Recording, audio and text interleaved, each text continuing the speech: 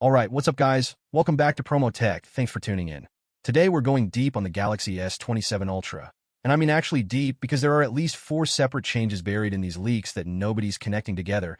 And once you see how they connect, this stops looking like a random spec bump and starts looking like Samsung making the most calculated flagship decision it's made in years for reasons that go way beyond what shows up on a spec sheet. Let's dive right into the video, because the first thing you need to understand is the camera, and it's the most controversial change in this entire leak cycle. For 6 generations, every single Galaxy Ultra has shipped with 4 rear cameras, 2 of them dedicated telephoto lenses. That's over now. Multiple outlets, including reporting picked up by GSM Arena and Phone Arena, now say the S27 Ultra drops to 3 rear cameras, and the one getting cut is the 3x telephoto, the smallest and most criticized sensor on the current phone. Word out of South Korea suggests Samsung has already confirmed to camera suppliers that all 4 Galaxy S27 models will ship with a triple camera setup next year. Now here's the part everyone glosses over. This wasn't a camera quality decision. The reasoning behind cutting that lens has nothing to do with making photos better. It's about cost. Reports point to the ongoing memory price crisis, the same one people are calling Armageddon, as part of why Samsung is trimming a whole camera module just to reduce manufacturing costs. So side by side, the outgoing S26 Ultra gives you a 12-megapixel 3x lens and a 50-megapixel 5x lens working together, while the S27 Ultra is rumored to lean entirely on one 50-megapixel 5x periscope camera and digital cropping to cover the gap in between. And honestly, the 3x lens was never the star of the show. Reactions from Samsung's own fan base have leaned surprisingly positive, with people calling it the meme middle child of the lineup and saying good riddance. But losing a whole lens on a flagship that costs over $1,000 is still a strange thing to celebrate. And that's where the next piece of the puzzle comes in, because Samsung isn't just cutting, it's reallocating. Here's what most people get wrong about this camera downgrade. They think it's just about saving money and stop there. It's not. Removing that telephoto module frees up physical space inside a phone that hasn't gotten meaningfully bigger in years, and Samsung appears to be pouring that space into something fans have been begging for since 2020, a real battery upgrade. Industry sourcing now points to a 5,700 mAh cell for the Ultra, built on silicon carbon technology that Samsung already proved out in its foldables. Some other leaks land closer to 5,500 mAh, so the exact number is still moving, but every version of this rumor agrees on the direction. Bigger, not the same. And that matters more than it sounds like, because Samsung's battery capacity has essentially been frozen while competitors kept pushing forward with larger cells and newer chemistry. 6 years. Same 5,000 mAh number, generation after generation, while other brands moved past it without hesitation. So when you put the camera cut and the battery jump next to each other, the story stops being Samsung removed a camera and becomes Samsung traded a lens nobody loved for the single-spec fans have wanted the longest. That's a very different headline, and it's one almost nobody is framing correctly. Now let's talk about the sensor itself, because there's a quiet redesign happening here that's almost invisible on a spec sheet, but might matter more than either of the first 2 changes. A well-known leaker confirmed a new 200-megapixel sensor, internally called the ISOCELL HP6, built with LAFIC technology for a real jump in dynamic range. Here's the twist, though. The physical size isn't changing. It keeps the same 1/1.3-inch format Samsung's used for 4 generations running, relying entirely on internal architecture improvements rather than a bigger sensor to get there. Compare that to the more aggressive version of this sensor reportedly floating around at 1/1.12 inches, which some suppliers were pitching for 2027 flagships, and Samsung chose the smaller, safer path anyway.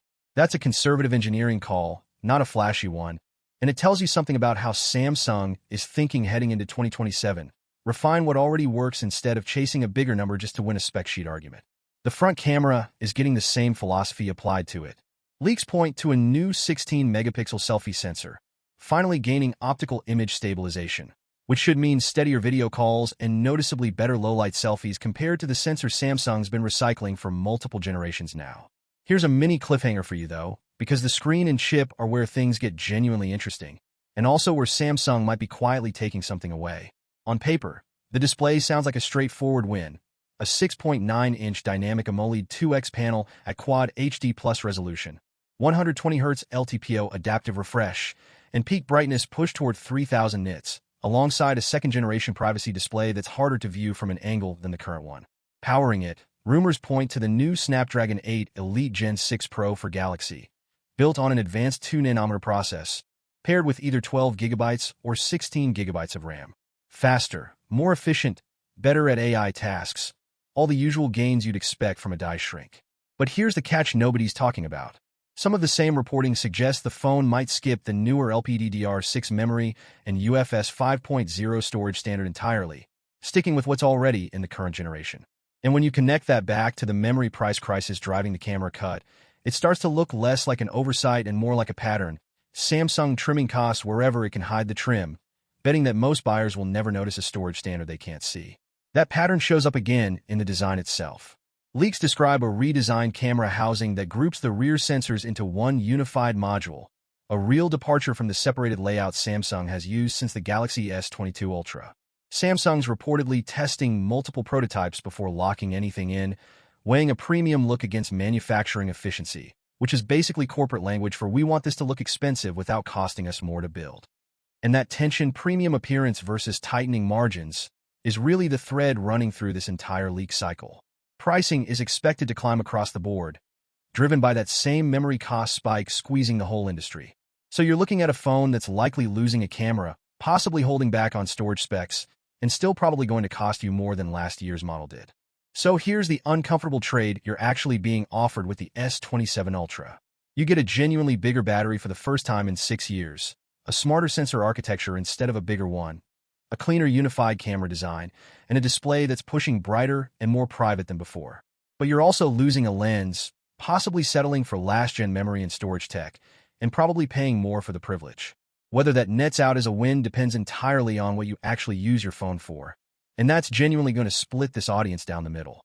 And it's worth remembering Samsung isn't finished playing this game either, because early whispers about the Galaxy S28 Ultra already describe a jump to a new 10-bit AMOLED panel capable of over 1 billion colors, an even larger battery, faster magnetic charging, and possibly a 250-megapixel main sensor, which tells you the S27 Ultra might really be a transition phone. A bridge generation where Samsung fixes the battery complaint first and saves the bigger swings for the year after. Which brings me to something worth mentioning, because this channel runs on exactly the kind of digging we just did, cross-referencing leaks instead of repeating headlines. And right now, more than 70% of you watching aren't subscribed. That's not a guilt trip, it's just the honest number. If you'd rather get the version of this story that catches the detail buried on page 3 of a supply chain report, subscribing is genuinely the easiest way to make sure you don't miss it when Samsung's plans inevitably shift again between now and February. So where does that leave us? Samsung's betting that fans will trade a camera they never loved for a battery they've wanted since 2020, wrapped in a sensor upgrade that's smarter than it looks, a chip that might quietly hold back on memory specs, and a price tag that's still climbing.